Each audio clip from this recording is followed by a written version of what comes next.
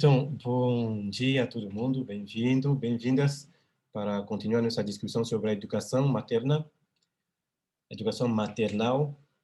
que é uma educação que é para a vida, que dizer a finalidade é para viver, é para que a criança, a pessoa educada, precisa viver, e com tudo o que isso implica.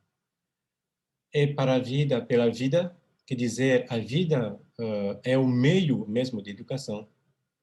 O meio de educação não é algo exterior à vida.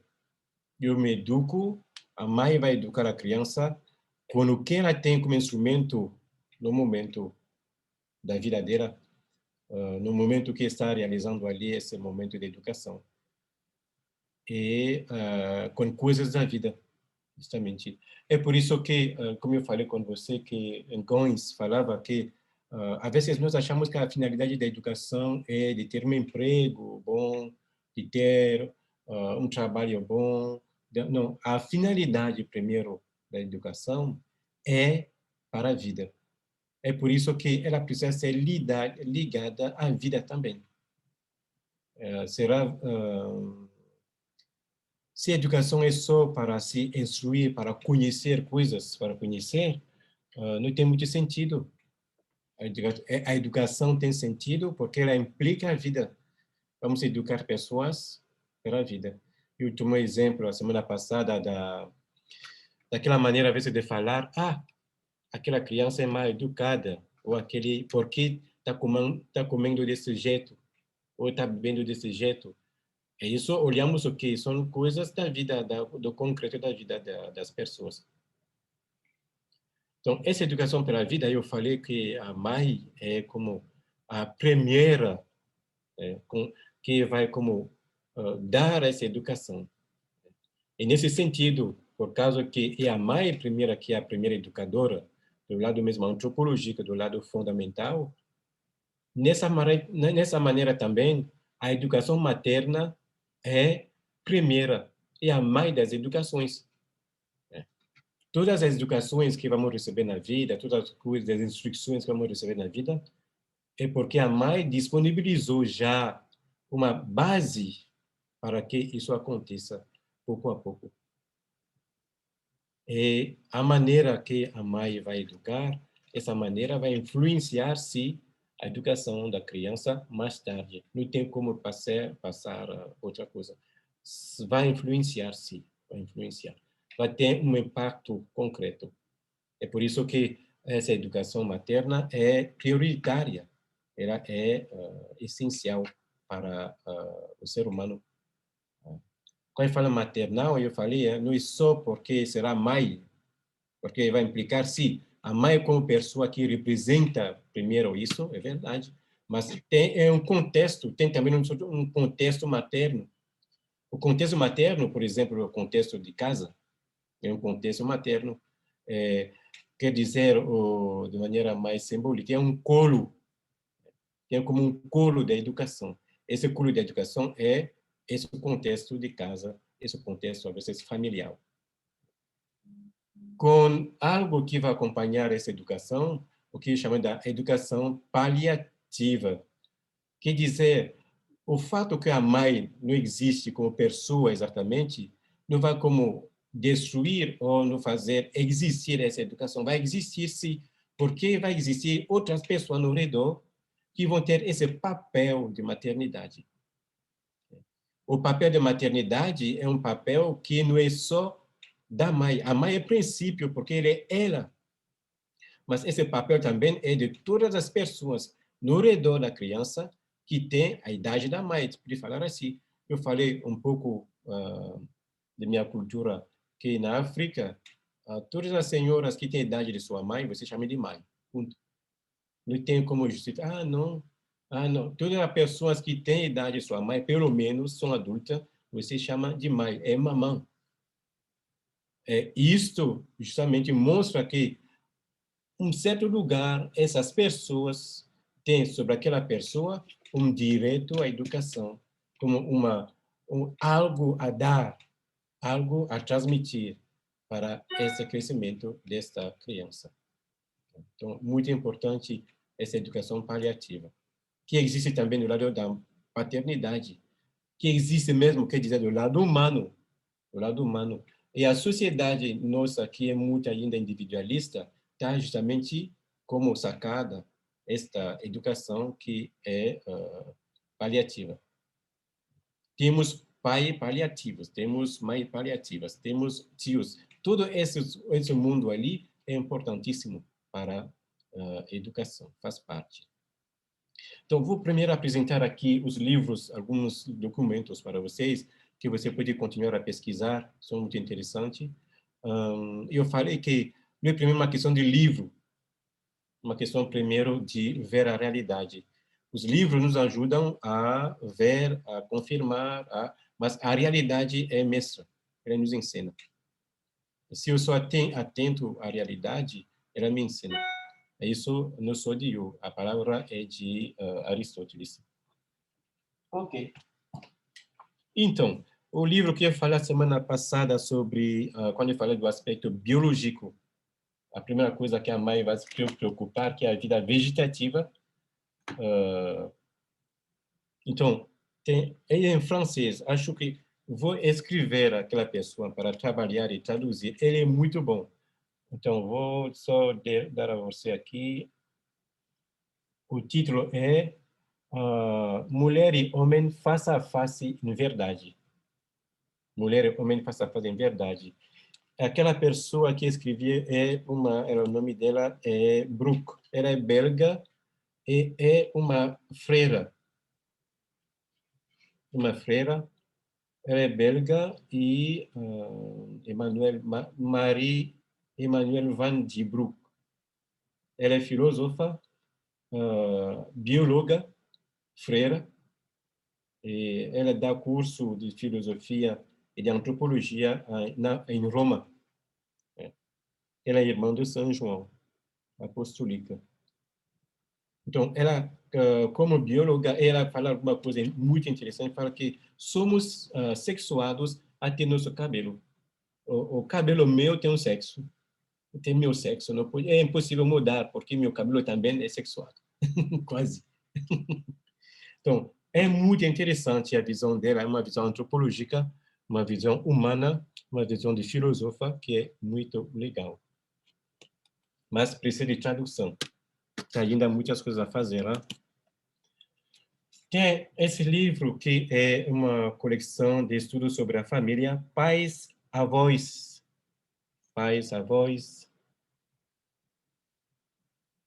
que o título é Pais, Avós e Relacionamentos Intergeracionais na Família Contemporânea. Quer dizer, o pai, o avô e tudo isso, os tios, tudo, as relações intrafamiliares que existem, que é uma coleção de artigos do programa de pós-graduação, interessante, e a senhora Lúcia Vaz de Campos Moreira, que organizou isso, que era coordenadora do programa de pós-graduação em família da Católica, da UPSAL. Tem também esse também que se chama Relações Familiares, também muito interessante. Esses livros são acessíveis a todo mundo, né?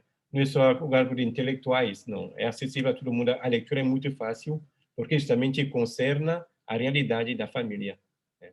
Então, Relações Familiares, o volume 2, tem o volume 1, que também é a organizadora é a senhora Lúcia Vaz de Campos Moreira.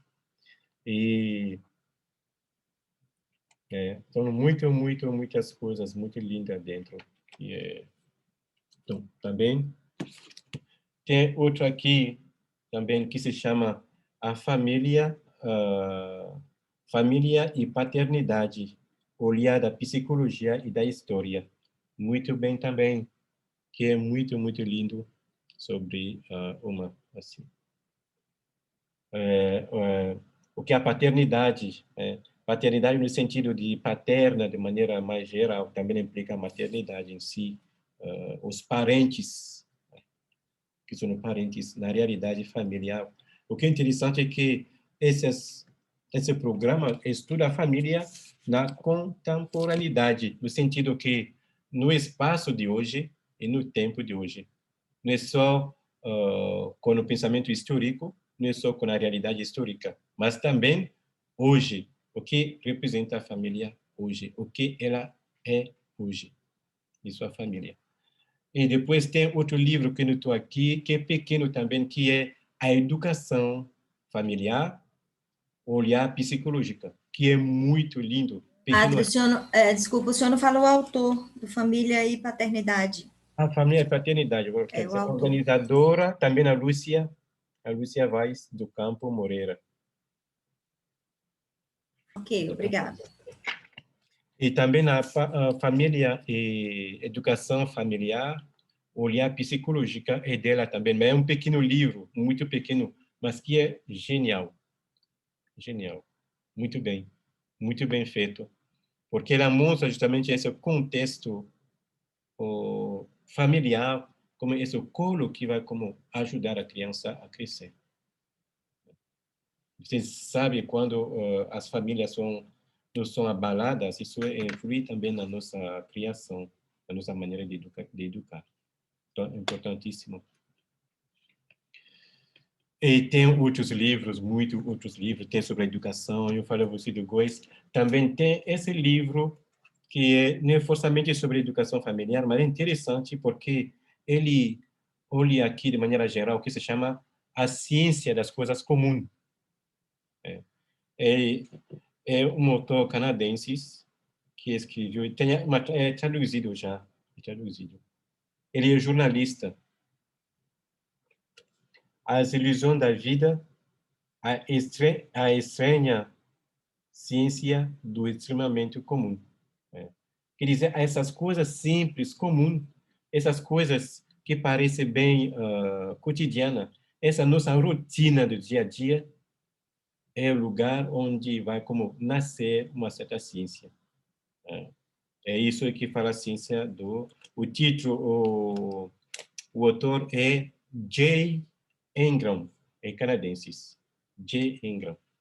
Vou colocar aqui.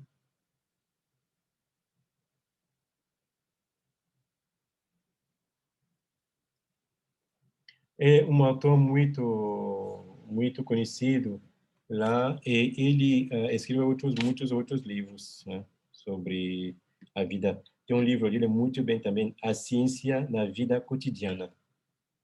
A Ciência na Vida Cotidiana. São coisas, se eu pego ele, vou devorar esses livros assim. Oh, bem, então, vamos continuar. Se tem perguntas até lá sobre tudo o que eu falei no seu assunto, se não tem perguntas, vamos iniciar, continuar.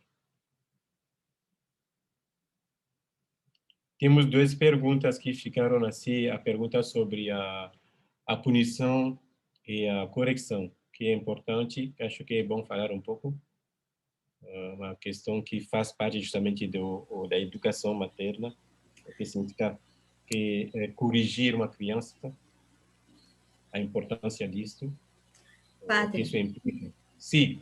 eu queria que falasse só um pouquinho mais nesse livro, eu gostei aí dessa fala da família e paternidade, né? Esses Uhum. parentes nesse tempo hoje, né? Nesse espaço contemporâneo, esse tempo e espaço de hoje. Quando faz essa pergunta, o que ela é hoje? Né? Um pouquinho mais sobre isso, essa É, visão desse hoje. essa hoje, essa contemporaneidade é o nosso tempo, o nosso tempo. Esse tempo nosso é vou tomar uma expressão aqui de Lipovetsky que fala da hipermodernidade. A hipermodernidade no sentido que é moderno, sim, mas a hipermodernidade é porque tudo parece muito acelerado, tudo parece muito rápido. Se nós nos damos conta como passa o tempo só, vamos ver, porque entramos numa atividade ou outra, não tem mais o tempo de se fixar e de apreciar, por exemplo, algumas coisas. O tempo é muito acelerado. E acho que uma das coisas que a pandemia fez é um pouco de desacelerar um pouco esse tempo. As pessoas ficaram em casa, se conheceram mais, descobrir um mais que é o outro, como vive esse é o tempo. Porque o tempo justamente da hipermodernidade, segundo a expressão de Lipovetsky, por isso é perigoso nesse sentido, porque tudo parece muito, muito acelerado. Né? Então, esse tempo, então, o que é a família nesse tempo? E nesse tempo, segundo essa visão da contemporaneidade, a família é uma realidade relacional. Não é primeiro uma realidade fixa. Não é primeiro uma realidade fixa no sentido que não é primeiro pai, mãe, filho, cachorro, não sei. Aquela família Colgate, linda, onde tem todo mundo quase o mesmo tamanho, o tamanho é assim bem organizado. Não é tanto assim mais a família hoje. A família O senhor, hoje é uma realidade que é mais relacional. o senhor acha que o fato de ter desacelerado na pandemia e muitos casais se separaram ou ficaram mais tensos, mais nervosos, foi por conta dessa falta de afinidade, desse convívio mais presente? O senhor atribui a Sim, isso? tem algo assim, sabe? Tem algo assim. Eu recebi aqui do meu irmão dos Estados Unidos que falava que os advogados, os notários, as pessoas da justiça que trabalham no direito são cheios justamente dessa questão do divórcios, porque as pessoas não conseguem se suportar, porque de viver juntos o dia todo, de ficar juntos o dia todo. E justamente isso vem desse fato que, às vezes, as relações humanas viram relações sobre máquinas. Você vai enviar um e-mail ao seu esposo que está lá na sala, vai enviar um zap para ele, ou a seu filho, para sua filha fazer alguma coisa, vou enviar um zap para ela, se está dentro de casa. Oh, olha, ok. Não tem coragem, por exemplo, de falar com um assunto que precisa ser complicado de frente a frente. Então, por isso, eu vou fazer um zap com desaforo e vou enviar. Isso justamente cria tudo isso. Quer dizer, tem como a facilidade da comunicação, vai como facilitar também a destruição, a desestruturação da coisa. Isso é o lado, quer dizer, mais negativo dessas redes sociais, é mais o lado negativo disso. Tem o lado positivo de nos encontrar quando somos longe, tudo isso, mas o cuidado a ter com as redes sociais, no lado da comunicação, é que quando as pessoas se encontram no mesmo espaço, olha, deixa isso na mesa e falam. O ser humano fala. O ser humano não é aquele que tem escrevendo, não sei, fazendo tudo ali. Não, o ser humano comunica. E por que o ser humano comunica? Porque ele vive em comunhão com os outros. Isso é muito simples. Do lado antropológico é muito simples entender. É muito simples entender. Eu vou comunicar porque eu sou chamado a viver de comunhão com os outros. E isso passa, primeiro, pela palavra, pelo gesto, pela presença do outro. Agora, se essa presença vai se tornar o que chama hoje de usar os TIC, quer dizer tecnologia de informação e de comunicação, mesmo dentro de uma mesma casa, fica complicado. Mas também ajudou quando tem problema, por exemplo, agora, como caso tem, que eu falo hoje, que o coronavírus já entrou na família. Então, quando outra pessoa é isolada, dentro do quarto, assim, também a comunicação é mais fácil nessa maneira. Né? Então, tem algo que ajuda, mas tem também algo que não ajuda, no que usamos hoje na contemporaneidade. Então, na contemporaneidade, a família é relacional.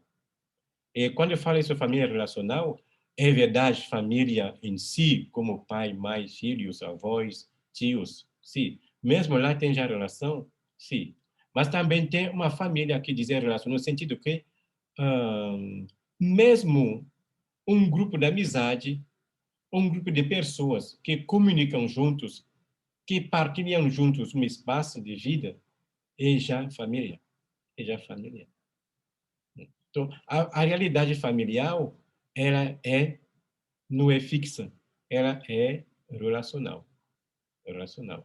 Então, tem alguém que falava assim, que certamente a família vai desaparecer, porque com o mundo, a maneira que as pessoas estão vivendo a família vai desaparecer. Eu quero dizer aqui, nunca vai acontecer. Porque a família tem um lado, como dizer isso, uma base antropológica muito forte. Não tem como ela desaparecer. Não tem como, porque ela é humana. Então, se a família desapareça, o ser humano desapareça. Então, se o ser humano desapareça, a família desapareça. Vai ter outras maneiras de família, outra família que vão se reconstruir, reformar e tudo isso, sim. Isso podemos admitir. Isso é possível, isso vai acontecer. Isso já existe. Você já viu, você vai celebrar aniversário de um filho com a ex-esposa, e outro vem com o novo marido, e outro vem. Então, vamos ter duas famílias que vão se encontrar por cada aniversário. Ele tem um filho em comum, mas tem os esposos e esposa diferentes. Uau! Você faz o que com isso? É família? Sim, é família. Sim, é família. É família. É só agora, sempre falo, nessas situações precisa do que? Administração dessa família. Um cuidado das relações. Temos uma manutenção das relações. Justamente festejar um aniversário, dar um presente, telefonar, falar, fazer um e-mail, tudo isso faz parte dessa manutenção da relação familiar. Faz parte da manutenção.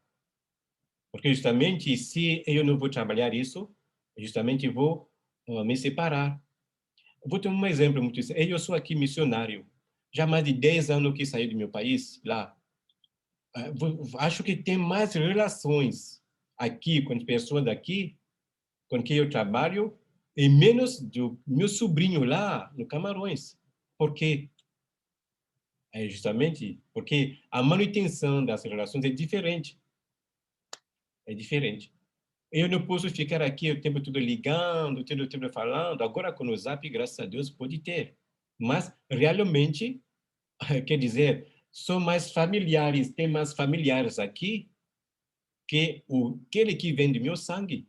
Por quê? Porque é primeiro relacional. É primeiro relacional. Não significa que aquela família sanguínea, aquela família que tem raiz ali antropológica do lado do sangue, não existe mais. Existe sim. Existe sim. Mas ela não é o que é mais essencial na família. Não. É a relação. É a relação. É por isso que é interessante, porque se olharmos primeiramente, a família nasce de quê? De uma relação. A relação de um casal que faz família. É essa relação do casal que vai fazer que a família vai se criar. Eles vão criar filho. Vão criar filho porque vão se relacionar. Né? Você lembra que eu falei que, por exemplo, na questão da reprodução, é exatamente isso. Temos primeiro algo que aconteça lá dentro do corpo, dentro do coração, depois vai ter algo que aconteça lá dentro do corpo. Quer dizer, o relacional espiritual, humano, do coração, o amor, ele é primeiro em todo tipo na família. É por isso que a família, normalmente, ela deve ser o lugar onde se cultiva o amor. Né? Porque é o amor que é fonte de uma família. O amor é fonte. Fonte no sentido que é o que vai fazer a ligação, é o cimento, não sei a expressão utilizar para dizer isso, mas que vai sair do que o esposo e a esposa se amando vão criar família. Então, a família é relacionada nesse tipo também. Ela tem essa força particular da relação. Padre, nos cursos de administração, eles costumam dar muita ênfase na gestão de pessoas, nos recursos humanos, para Uhum. fortalecer essa família que é o trabalho. Sim, sim. Porque as pessoas elas vão para o trabalho e convivem mais com os que estão no trabalho do que com sua própria família. Então, Exatamente. assim, ensinar esses novos perfis de liderança, né, de harmonizar, de ter a humildade, aprender a respeitar esse outro, porque convive muito mais do que sua própria família, né, estar mais tempo na família. É só Exatamente. esse comentário. Exatamente. Obrigado, Ketna. Exatamente. É esse fator relacional da família. E justamente a educação passa para a relação. uma relação entre a mãe e o filho e a mãe, que vai passar esse fato que a mãe se preocupa do desenvolvimento do filho e educando, criando ele, criando algo de capital para a educação. Então, não sei se respondi a tudo, mas eu dei assim, algumas dicas para você entender o que é a família na contemporaneidade. É relaxante. Não deu ao break, eu fiquei com ele. Toma, você não quer mais Eu não? quero Eu acho que chegou alguém que está com o som peraí. aberto. Okay. Aí fechou. Então, é isso. O relacional, quer dizer, o Aristóteles fala isso, o relativo. Né? O relativo é algo que é muito frágil.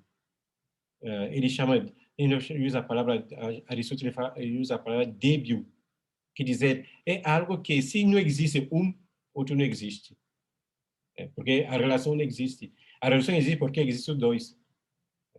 Então, essa relação familiar justamente tem uma certa fragilidade por causa disso. Tem uma certa fragilidade. São relações que são, às vezes, muito intensas. Esse livro, por exemplo, que fala das relações intergeracionais, que dizer o avô, a mãe, o tio, o neto, tudo ali, essas relações são também capitais para, por exemplo, uma vida, um convívio familiar. E se olhamos hoje, nossas casas, nossas famílias são intergeracionais. Na mesma casa você encontra pelo menos 3 ou 4 gerações. Sim. Justamente é isso que é família. Isso que é família. Vou lembrar também outra coisinha, só rapidinho, né? Porque eu trabalho com um grupo que faz a prevenção de drogas com crianças de 9 a 12 anos, e nós passamos pelas famílias, né?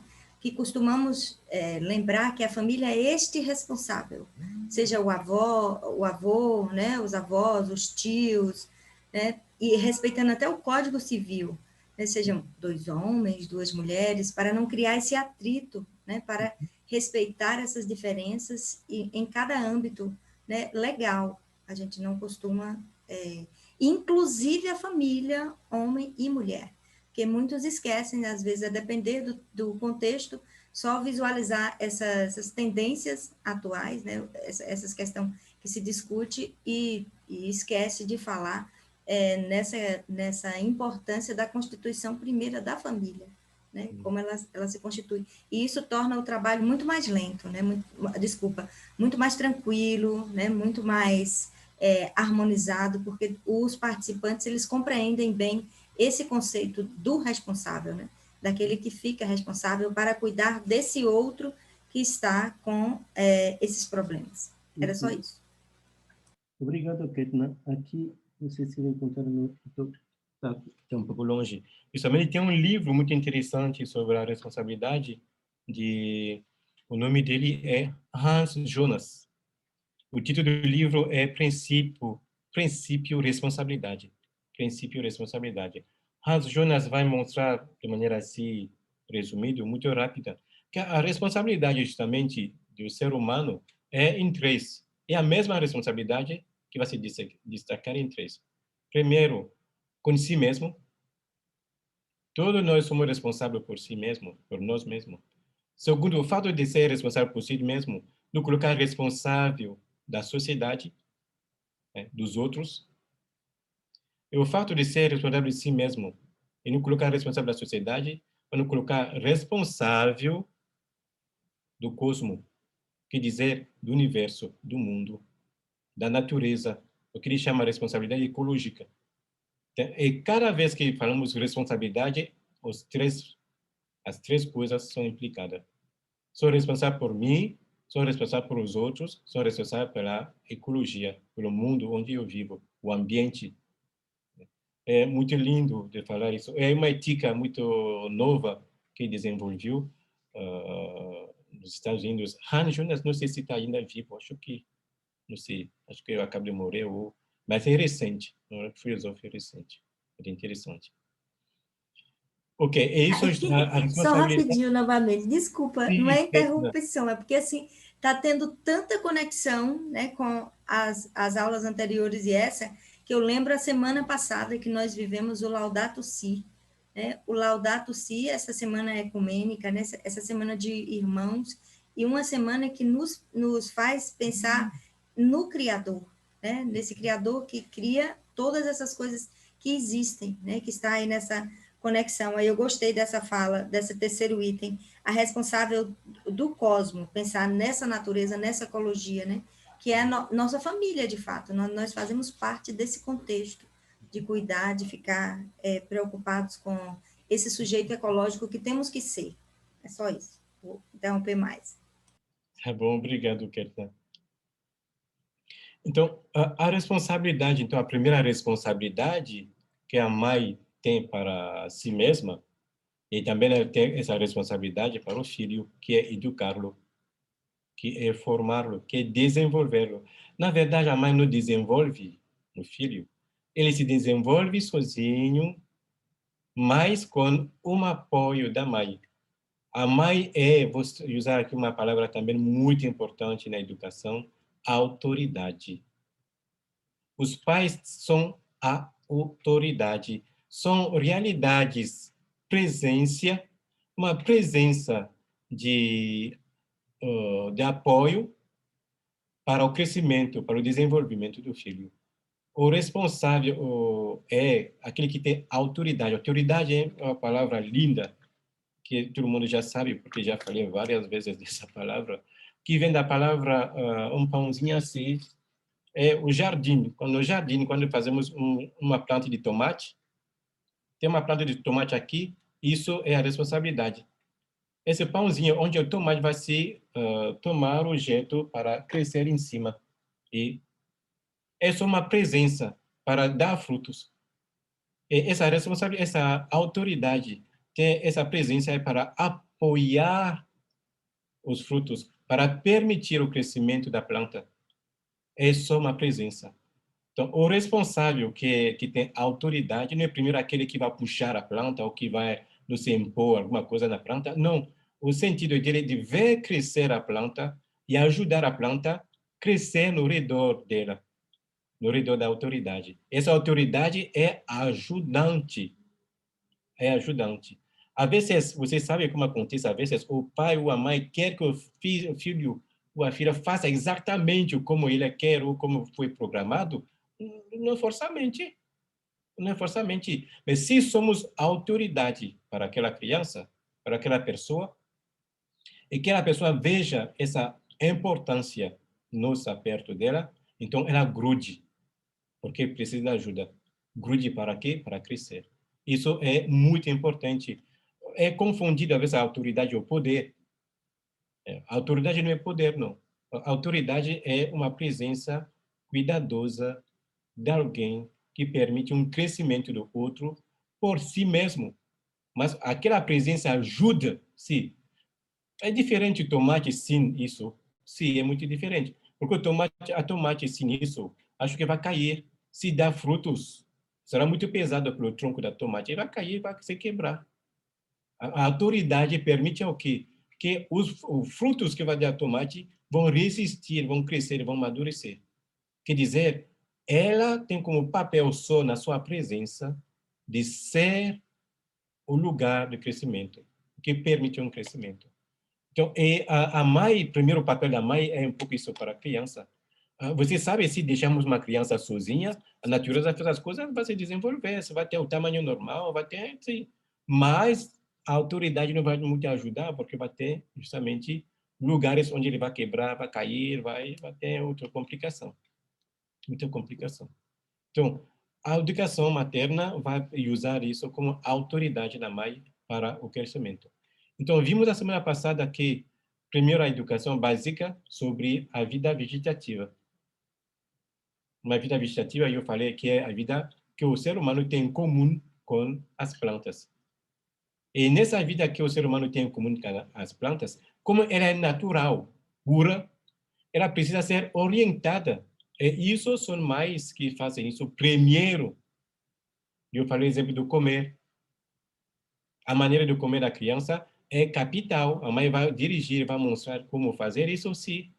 Porque senão a criança vai comer, sim, vai se alimentar, sim, mas será como? Apesar de orientação, de condução, é educação. Educo e nação. Educo e nação. A ação de ajudar a criança a comer da melhor maneira possível, a se alimentar da maneira melhor possível. Isso é educação. Isso eu falo do lado básico. Primeira educação que é vegetativa. Você sabe, o vegetativo implica o sono, implica várias coisas. Falamos na semana passada. Segundo nível da educação materna vai tocar a educação da sensibilidade. Eu falei que a sensibilidade implica o quê?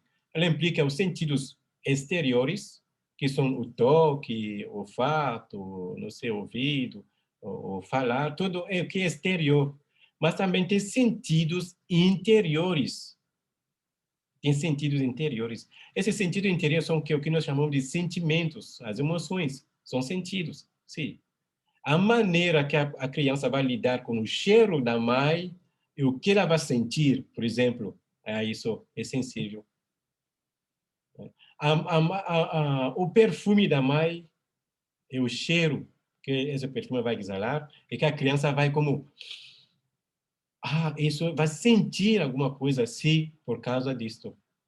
Os sentidos exteriores são como sensores. Né?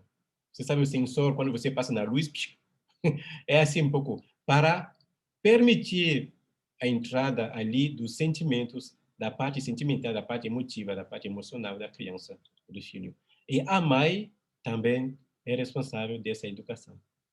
Também é responsável da educação. E essa educação ela precisa ser complicada, talvez sim, mas é possível. É possível. Eu falei para você aquele filme, O Assassino, esqueci o nome, é o Perfume, o assassino, História de um Assassino, algo assim. Se você assiste esse filme, é impressionante a maneira que ele desenvolveu o afeto, se chama, desse homem, e que criou o perfume. E como ele fez isso? Misericórdia. Misericórdia. Porque quando eu nasci, estava onde? Lá no mercado do peixe. Fica ali no peixe mesmo, no cheiro muito mal e tudo. E isto desenvolveu nele uma sensibilidade extremamente fina para tudo que é do fato. E por isso, a vida dele será só de tentar de viver daquele cheiro, de procurar um cheiro bom, de criar um cheiro bom, o perfume. E por isso, matava muito. Então, tem uma educação à sensibilidade que é esse próprio da mãe, que é ligada à sensibilidade exterior e à sensibilidade interior, se servindo das coisas exteriores, dos sentidos exteriores, como sensores para a sensibilidade interior. Quer dizer, essa questão das emoções, todas as questões ali que temos de maneira natural, ou das paixões também que temos de maneira natural. Agora, vamos tentar de entrar... Cadê meu celular, Heloísa? Ela pegou o meu da aula. Nem aula. Para ver aqui a sensibilidade... Maternal. É filosofia. Acho A que alguém ligou, sensibilidade, desligou. a educação do lado da vida, quer dizer, propriamente humana, espiritual. Antes disso, se alguém tem uma pergunta para lhe fazer, porque é bom. Não falei da vida animal, ou a vida, quer dizer, vegetativa, e a vida animal, como lugar de educação materna. Aqui, meu amor. Tá menstruada. Cadê? Às vezes o áudio sai de algumas pessoas, que eu acho que elas podem usar o celular. Aí quando atende uma mensagem, alguma coisa, o áudio pode sair. Eu penso que seja isso. Eu não costumo usar o celular, mas eu penso que é isso. Do próprio aplicativo. Ok. Ainda não é perfeito. Estamos lá, crescendo. Tem uma pergunta sobre a vida vegetativa, a vida sensível ou outra contribuição? Se não, vamos passar na educação do que é propriamente humana em nós. Pela mãe. A mãe é mestre da educação. Ela não tem um diploma de educação assim, não, mas ela é mestre de educação. Ela é doutorante na educação. E mais que doutorante, a mãe é muito mais.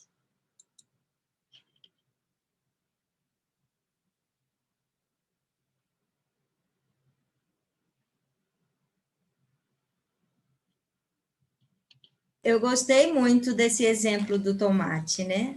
Do grudar para crescer, né? É uma contribuição importantíssima, porque às vezes algumas mães, nós observamos nessa questão educativa, que elas deixam muitas responsabilidades para os professores, né? Eu acho que não seja nem o conhecer, mas assim, o compromisso que devia ter com aquela vida, né? Com o acompanhar deste crescer, esse grudar, né? Esse grudar para acompanhar, para orientar, né? Para estar ali fazendo todo aquele processo de resistência para não dar para aquele lado que não seja adequado, né? Para não fazer aquelas coisas que não são agradáveis, né? E para seguir firme naqueles objetivos que foram colocados ali. Eu não conhecia esse exemplo do tomate. Gostei muito. Uhum. Obrigado, Ketna. Tem alguém queria dizer alguma coisa, uma outra pergunta?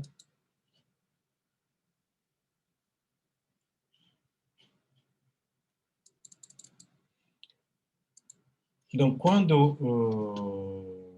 se não, você tem também no chat para participar, gente. Então, vamos passar àquela educação que eu falo de educação da vida espiritual da criança. Quando eu falo vida espiritual, aqui não estou falando da vida do lado religioso, ou da vida da alma religiosa. Estou falando da vida do que é propriamente humano. O ser humano como ser é um ser que tem uma vida particularmente própria. É como redundância falar um pouco assim, particular e própria. Mas é maneira de insistir para dizer, como ser humano, eu não sou só animal. Eu não sou a planta. E tem algo em mim que é propriamente humano. Esse algo a mim, Aristóteles fala isso de a alma. E chama interessante porque ele usa a palavra para falar, alma fala anima, quer dizer o que vai animar a vida, o que permite a vida. Essa alma humana é particular porque a alma humana tem um nous. A Aristóteles chama de nous é a inteligência, capacidade de conhecimento e a vontade, capacidade de amar e de ser amado. A vontade no sentido de algo mais determinado, porque a vontade não é só o desejo de. É desejo também, mas um desejo que implica uma certa determinação. Então, a educação da mãe passa também para essa realidade que é o nous da criança. Essa parte espiritual humana da criança. Capacidade de conhecer, capacidade de amar. Então, como a mãe vai educar essa maneira, eu queria simplesmente perguntar às mães que estão aqui no grupo, que estão assistindo, como vocês fazem para educar a vida espiritual da sua criança? Quando eu falo da vida espiritual, do lado do conhecimento, do lado da organização, eu vou dizer assim, organização dos desejos, de educar os desejos da criança, como isso aconteça. Será muito interessante de ouvir uma mãe falar um pouco concretamente disso. Sim, vamos ter livros, vamos ter coisas, mas como eu falei, tenho medo que às vezes a educação é como aprisionada pelas pedagogias, pelos livros, e acaba só esperando, achar que é lá que tem a ciência, o extremamente comum, a ciência do extremamente comum. E essa ciência do extremamente comum nos ensina que as mães são especialistas. Então, se tem uma mãe especialista ali, se ela puder fazer isso, será muito legal, antes de eu te falar. Senão, vamos falar. Eu vou falar rapidinho como mãe, né, Sim, que participa, porque somos todas mães, né? Então, sim, assim, como educar esse lado espiritual desses filhos? Aos meus sobrinhos, eu tenho 3 sobrinhos que são órfãos, né, desde pequeno, e tenho outros sobrinhos também, muitos sobrinhos netos. Então, assim, eu sempre tenho contato com as mães para falar dos princípios da igreja, né, dessa importância da família, dessa importância de Deus, de estarmos agradecendo tudo que nós temos, né, principalmente o alimento, as pessoas que estão ao nosso redor, esse respeito, né, em relação a esses princípios, mas também eu tive que estudar, né, mais a igreja, mais esses princípios para falar para esses meus sobrinhos, esses meus filhos espirituais. E no mais é rezar por eles, né? Pedir para que muitos não vivem como assim eu gostaria, não conseguem, né? Essa educação que a gente passa, mas assim no íntimo, no coração deles, eu acho que eles têm, eu acho que eles ficam, né, com essa orientação, que tem um deles, o mais velho, que costuma dizer para mim, quando algo é interpretado errado, quando eu falo, eles dizem assim, tia tem zelo, muito zelo e cuidado. Né? Então, não a interprete mal, que tudo que ela quer é o seu bem, é o zelo e o cuidado. Então, eu acho isso muito, muito bacana. Então, eu passo para os sobrinhos e para as outras crianças, para os outros jovens também, qualquer situação que eu acho necessária em relação a esse cuidado. É isso. Já os obrigado. outros falaram. Tem outra mãe que quer dizer, contribuir para essa... Eu gostaria de falar. Ok? Só um momento aqui que eu estou com eco. Sim, é Teresa. Sou eu. Peraí, só um Teresa, pode momento. falar, Teresa. É sobre a educação religiosa, não é essa a resposta? Educação religiosa faz parte da educação espiritual, mas não é só religiosa. Ela Tá implica... certo. Tá bem, Sim. tá. Eu lembro quando meu filho mais velho foi fazer a catequese. E eu e meu esposo, a gente não estava numa vivência muito próxima da prática da nossa religião católica.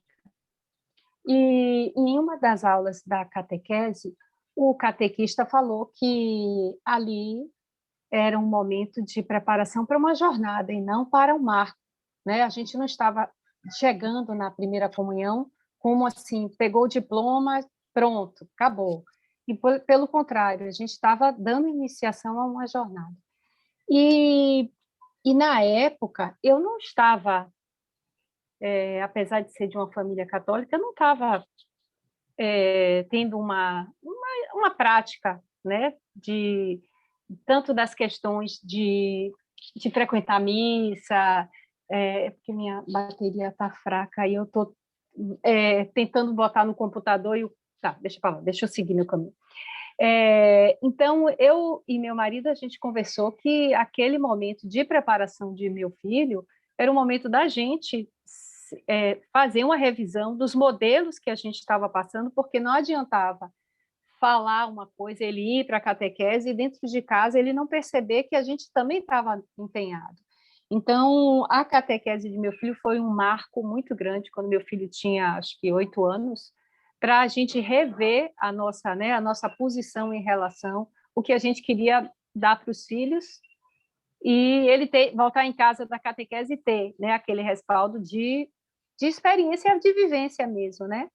Então, a gente, daquele momento, dos 8 anos, né, que foi quando meu filho mais velho, que hoje tá com 28, praticamente, são 20 anos de mudança total, porque a gente percebeu que a educação da vida espiritual religiosa, primeiro tinha que vir pelo modelo do pai e da mãe, para que eles pudessem, independente da formação que ele tivesse ali formal, né, da formação, né, de ir para uma catequese e depois passar pela formação das outras catequeses, que ele tinha que ter a vivência familiar.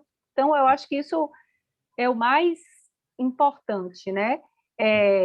Ter associado ao conteúdo, né, de formação, eu chamo formal, uma formação prática de vivência. E fez uma grande diferença na vida nossa e dele, porque a gente fala com uma autoridade, mas nesse sentido da autoridade um pouquinho diferente de eu falo e eu sustento. A gente é muito consistente no sentido de o que a gente fala para vocês, a gente está ali lutando por aquelas coisas. Então, a gente se sente muito confortável nessa educação. Que lindo isso. Foi essa nossa... Muito lindo. Então, a Mai é especialista na educação. É interessante em todos os pontos. Tem ainda outra pessoa que queria colocar algo antes de dizer alguma coisa? Ok. Bom, a Mai, como especialista de educação, agora tem 2 pontos assim que vão como sair do que vocês falaram. A questão do exemplo. A educação passa pelo exemplo. A maneira de atingir o espiritual da criança, humano, da inteligência, a criança funciona como imitando. Ela imitando. Então, essa maneira de imitar a criança é muito importante. E a criança, para ela conhecer as coisas, vai iniciar imitando o que fazem os adultos. De maneira primeira, os pais, os parentes, as pessoas lá dentro de casa. É por isso que, às vezes, uma criança faz alguma coisa, você, mas ela aprendeu isso aonde? Aprendeu de casa. A casa é a escola. Porque ela vai imitando, ela vai imitando, ela vai imitando. E é interessante, de maneira assim geral, olhar que uma criança e todas as crianças brincam de coisas de adulto. Os bonecos são o quê? São pessoas adultas. Você já viu uma criança ter um neném? Não, tem uma boneca. Ela faz o quê com isso? Está brincando de ser mãe.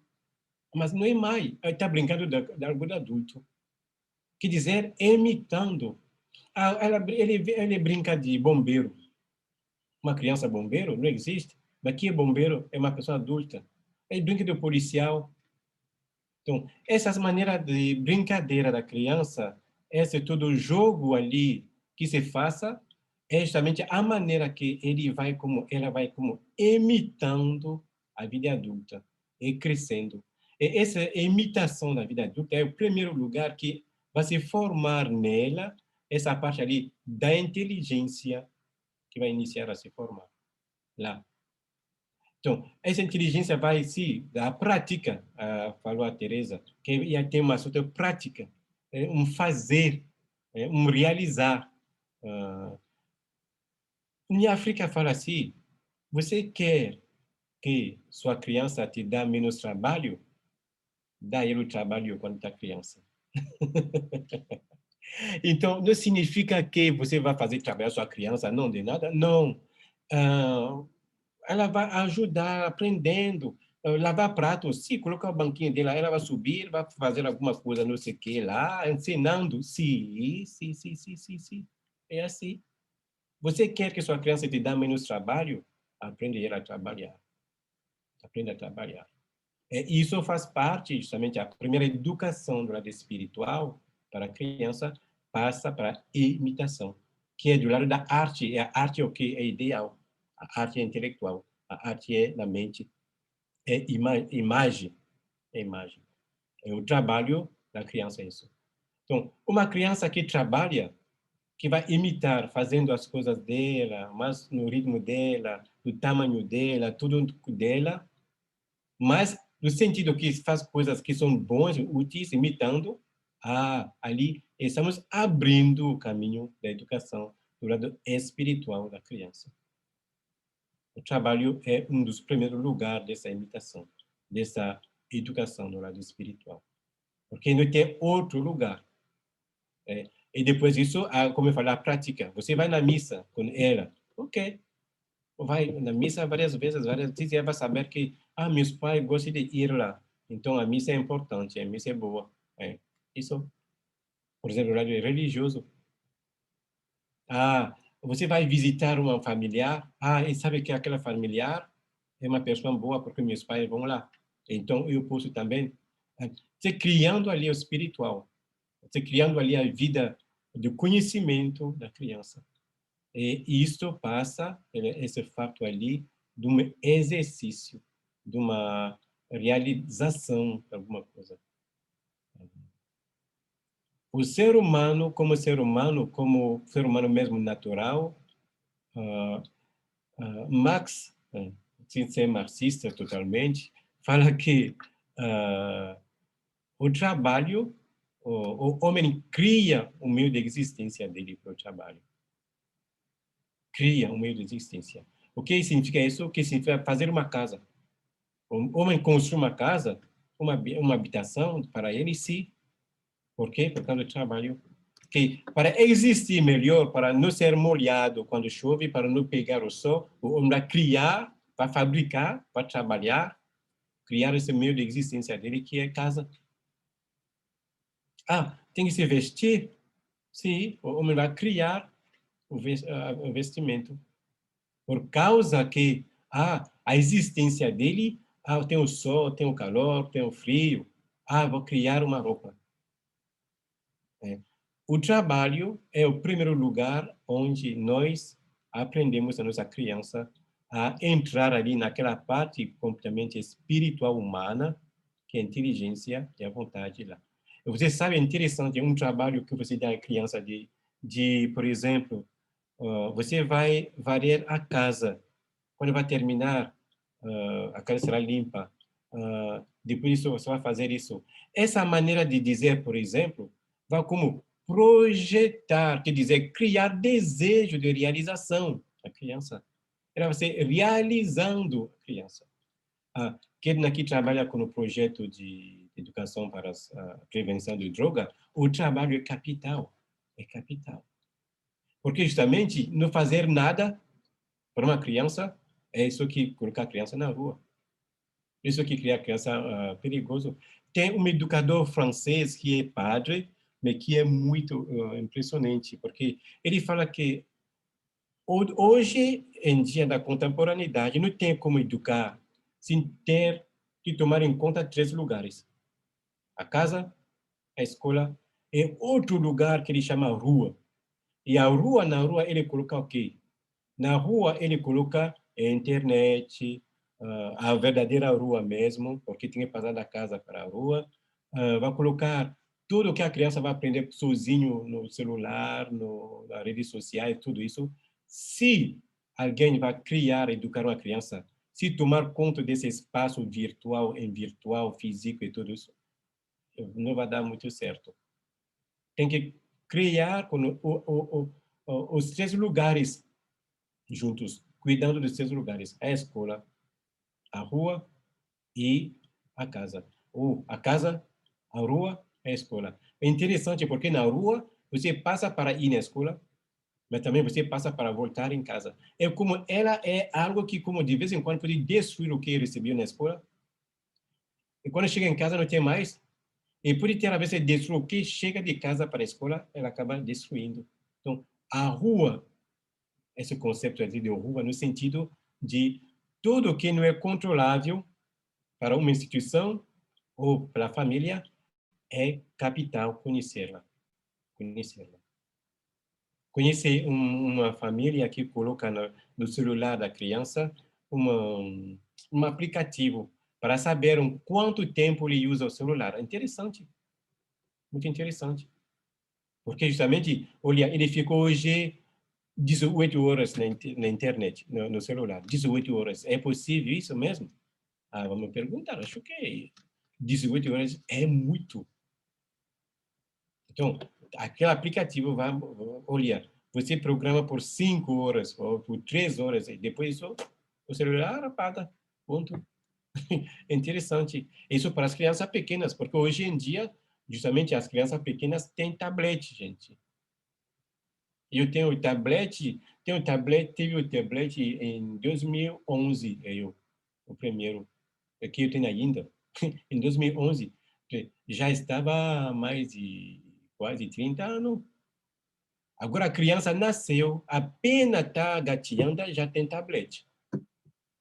Então, isso vai precisar tomar conta disso. não estou dizendo tirar a tablet, não, tirar o tablet não adianta muitas coisas. É educar a usar o tablet. É trabalhar como usar o tablet. Padre, é bem interessante essa discussão, assim, porque nesse projeto que eu falei, o Ministério Público, ele também faz muitas campanhas, né, e traz essa discussão sobre as crianças que trabalham, né, porque elas não deveriam estar exercendo esse trabalho enquanto crianças, porque é contra a lei, né? No caso, existe essa lei no Brasil em relação a esse trabalho infantil e que deixa essa criança fora da escola, né?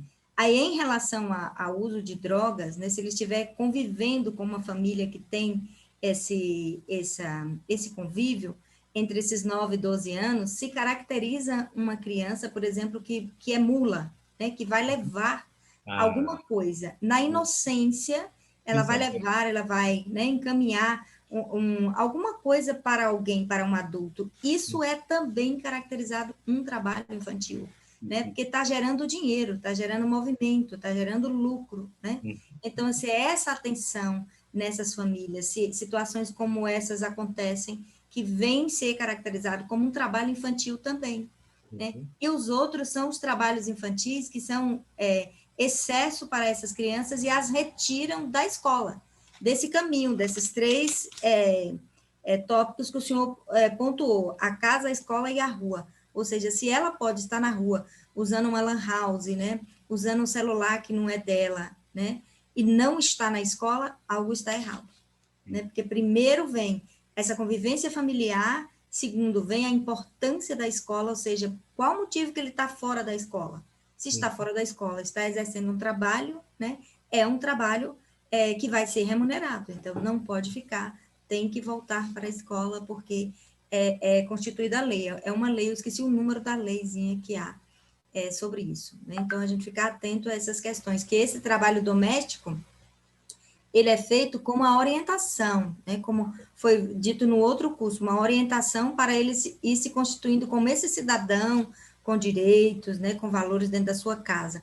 Mas fora disso, esse outro trabalho, ele tem que ser revisto, né? Ele não pode acontecer. Era só isso. Obrigado, Kedna, pela participação. Então, alguém tem outra coisa a dizer sobre a questão da educação espiritual? Só para complementar o que o Kedma acaba de falar, existe o Estatuto da Criança e do Adolescente, não é isso? Existe um livro, que tem ali, o azul, o maior ali é exatamente aqui, o branco. Tenho ele.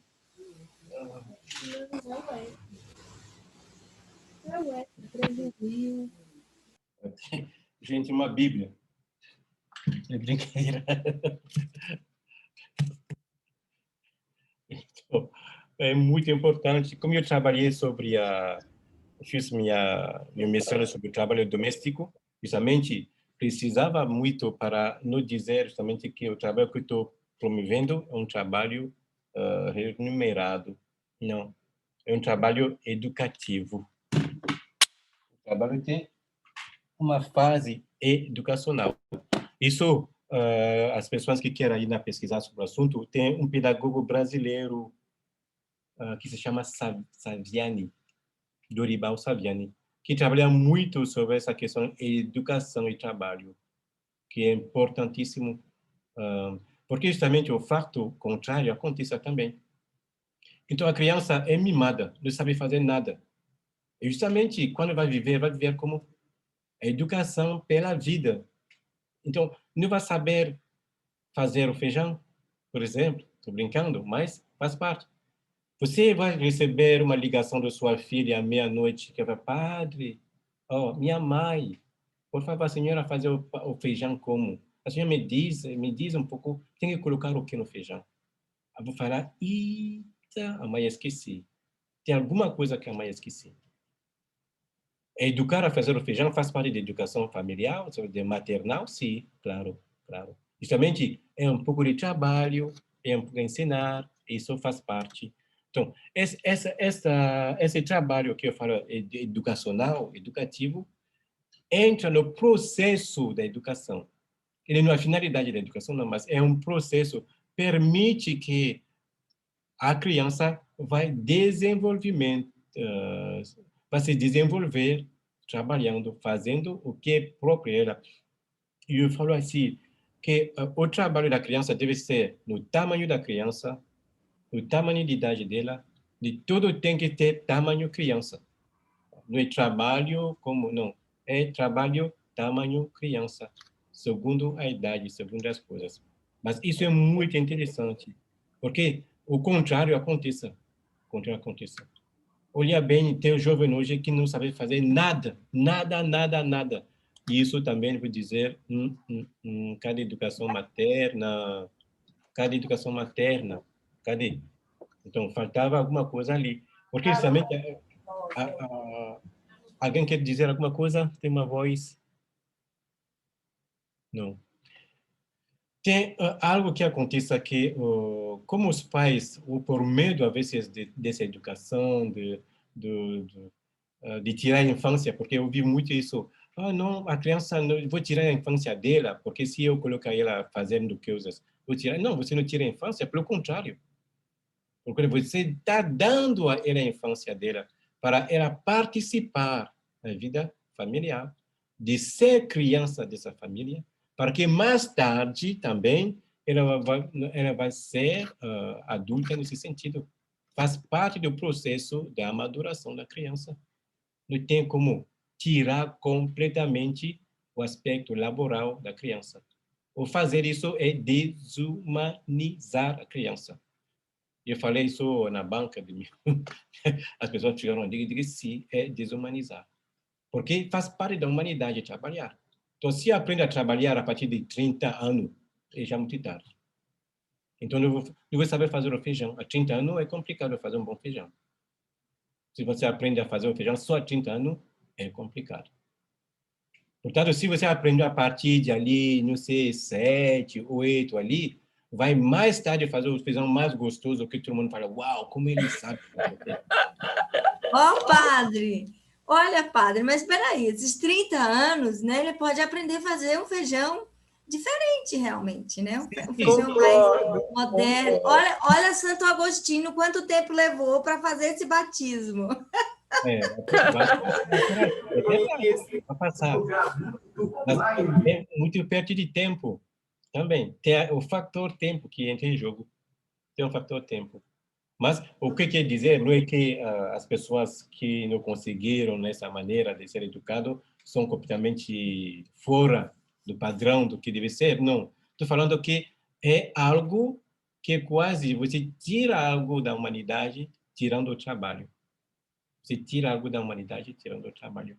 É bom deixar. Me lembro quando fiz apresentar meu projeto, a coordenação falou: misericórdia, ele vai, não dá para fazer isso não. Ele fala que se dá sim, porque tem coisas para mostrar justamente que a humanidade, o trabalho faz parte da humanidade, do ser humano. É antropológico trabalhar, gente. Então, eu comprei esse negócio aqui também para me proteger. Exato. E lembrando que a maioria dos nossos antepassados, né, pais, tios, tias, se você for fazer uma pesquisa e pedir para mostrar aí como foi essa relação, né, de experiência, de trabalho, os que hoje apresentam, né, essa relação de emprego e trabalho, né, não é só estar no emprego, é no trabalho, eles tiveram essas atividades em casa, né? Eles fizeram, e antes não eram consideradas como um trabalho, né? Não caracterizava como um trabalho e era proibido. A maioria deles, quantos estão aí na mídia, né? São hoje deputados, são médicos, né? Inúmeros outros. Se você for pedir para fazer esse relato, eles vão mostrar o que fizeram, né? A trajetória, o que trabalho, e não foi considerado um trabalho. Sim. Normalmente, tem que fazer uma diferença entre trabalho e emprego, que é muito importante fazer essa diferença. Emprego, você sabe o prego, o que é o prego? Todo mundo sabe o que é? Cadê a martela? Como empregar alguém, precisa fixar. O trabalho, o emprego é nesse sentido. Vamos fixar aquela pessoa naquela coisa para fazer isso, vai ter um salário. No trabalho doméstico, no empregado, não tem ninguém, não é fixo, não. A atividade muda por dia. A criança vai lavar, depois não vai varrer, depois não é emprego. A pessoa não é presa a uma atividade só. Ela é num contexto da atividade que entra no desenvolvimento dele ou dela. Isso faz parte da humanidade. Faz parte da humanidade. Então, então ali você pode ainda desenvolver, trabalhar aqui assuntos sobre desenvolvimento espiritual. Então, tem isso, aprender a trabalhar faz parte do desenvolvimento espiritual. A prática da vida religiosa, por exemplo, faz parte da aprendizagem da vida espiritual, da educação da vida espiritual humana. Tem outras coisas, as relações familiares. Vou tomar aqui a educação às virtudes. Hoje em dia, fala um pouco dessa coisa de educação às virtudes. A educação às virtudes, tem uma educação às virtudes. Tem. A virtude não é natural. Aristóteles fala que a virtude é uma segunda natureza, quer dizer, ela vai passar por um trabalho, o que nós chamamos de maneira comum a malhação. A virtudes para Aristóteles é o que? O arete. Arete em grego significa a ponta, a excelência do agir humano, do lado do agir humano, é a excelência, a virtude. É a qualidade que alguém vai desenvolver para agir melhor. É isso, para Aristóteles, é fonte de felicidade. É fonte de felicidade. Uma pessoa virtuosa é feliz, porque faz parte da felicidade. Ele fala assim, não tem como ter felicidade sem virtudes, ou que seja, a felicidade é uma certa virtude. A felicidade é uma certa virtude. Ele fala a felicidade olhando o que? A amizade. A amizade é uma certa virtude. Você sabe, se você ama alguém e que você não tem virtudes, não vai dar muito certo, não. Agora, se você ama alguém e que você é virtuoso, essa pessoa vai te desenvolver. É por isso que nós chamamos aquela pessoa me realiza. Como a pessoa realiza o outro? Porque eu vou mudar, porque eu amo aquela pessoa, vou mudar meu jeito. Então, vou me formar a virtude por causa disso.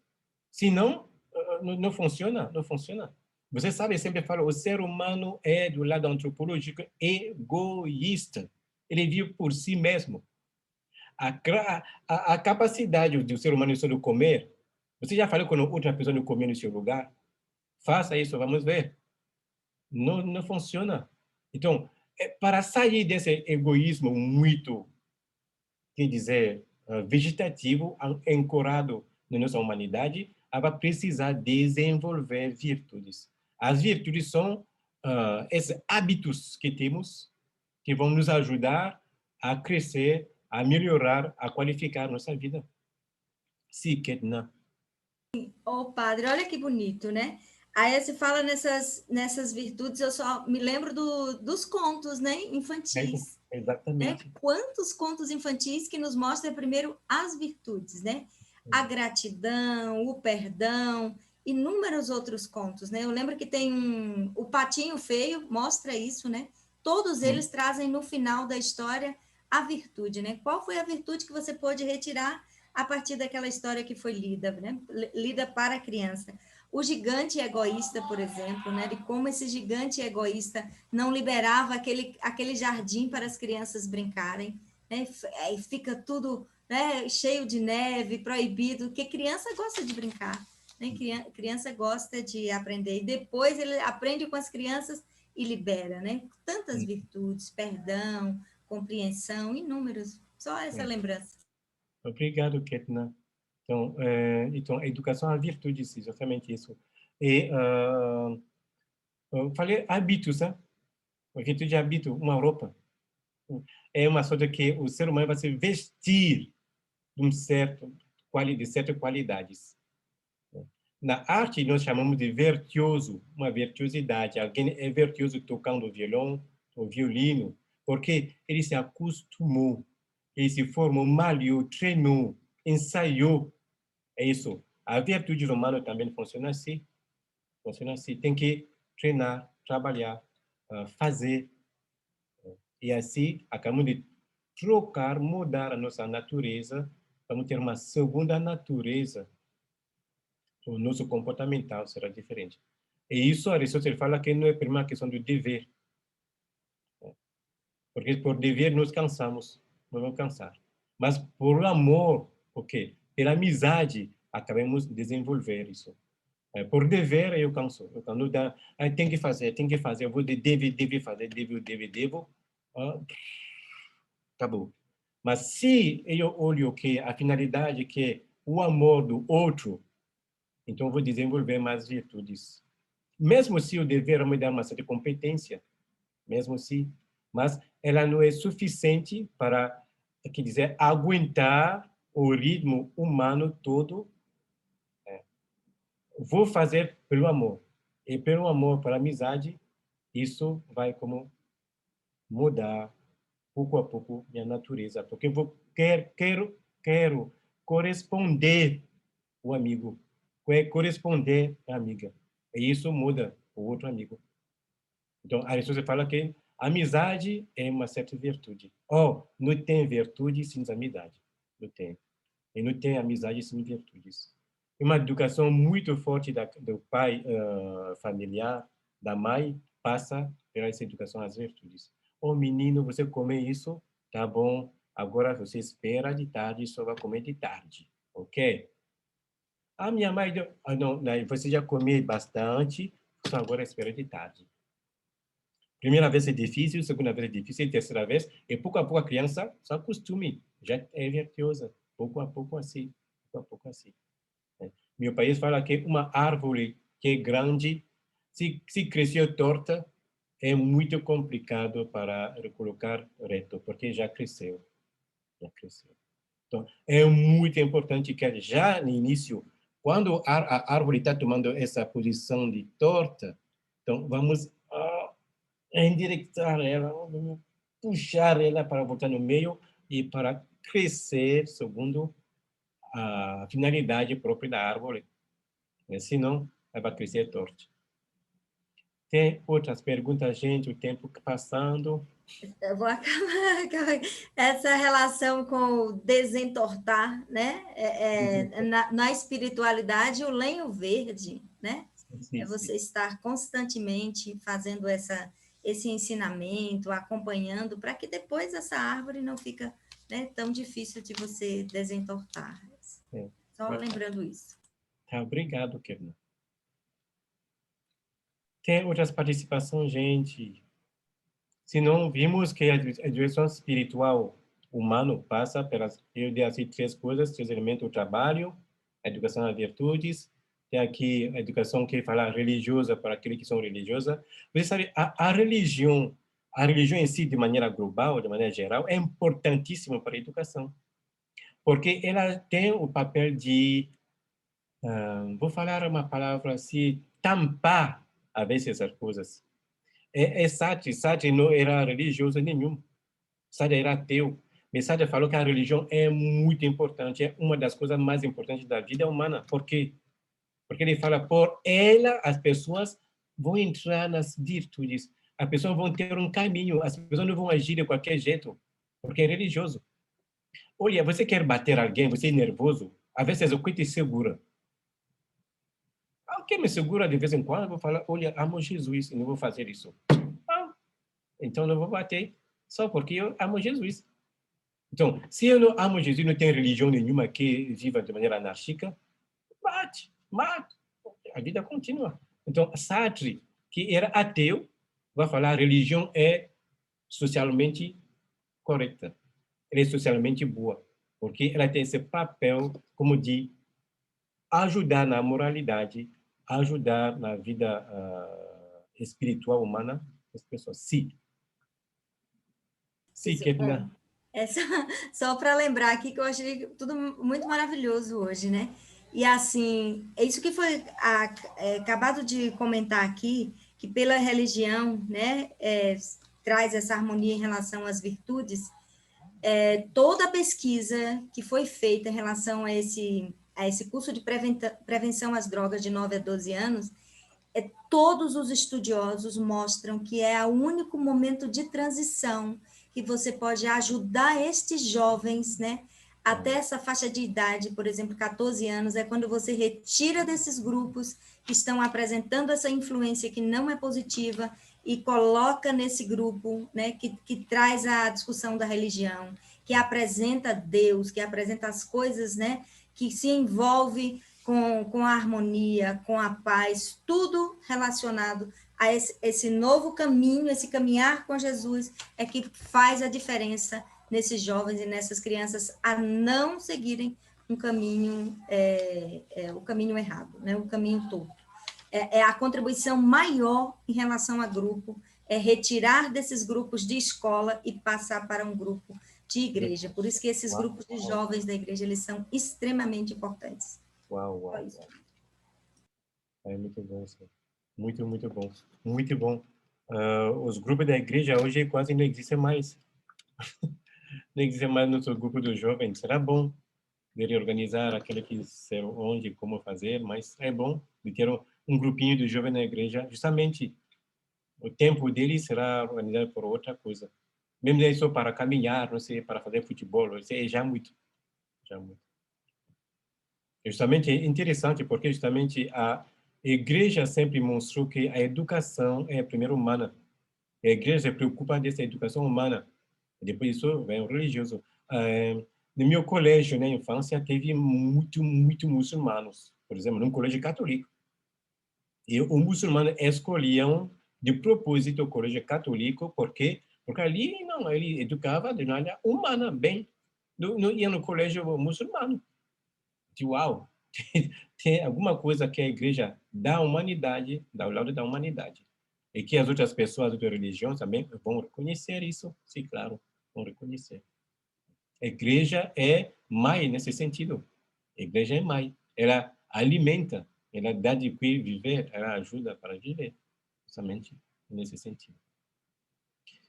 Gente, é 11h30, então já quase uma hora passando, falando. O assunto é interessante.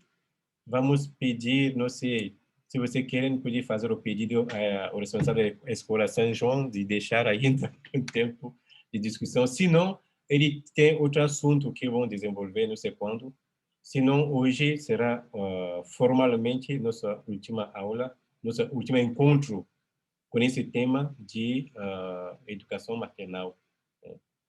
Mas acho que tem que fazer a volta do lado, saindo das raízes antropológicas, saindo do fundamento antropológico, subindo um pouco, mostrando como a educação em si se realiza, e depois disso, ver concretamente esses 3 níveis de vida, onde a mãe é atuante.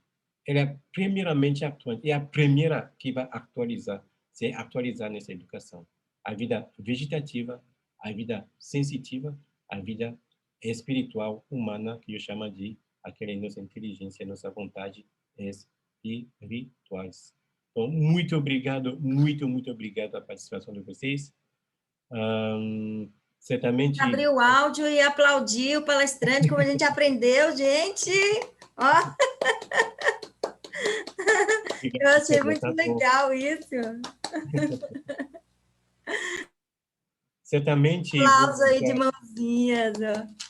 Vou voltar, como dizer, com outro assunto que também é muito interessante. Se aquele que quer participar, só seguir as redes sociais da congregação aqui, e você vai... O título é Espiritualidade e sensibilidade. É um assunto que queremos discutir com as pessoas, porque é muito importante também essa questão da espiritualidade, essa questão da sensibilidade. Um assunto que é mais do lado teológico, menos do lado filosófico. Então, bom dia a todos e bom final de semana. Se cuidem, gente, é importantíssimo. Bom dia para todos. Bom dia, Bom dia, padre. Obrigada pelo curso. Adriana. Obrigada. Tchau. Tchau, tchau, Tchau, Tereza. gente. Pela participação. Tchau, tchau.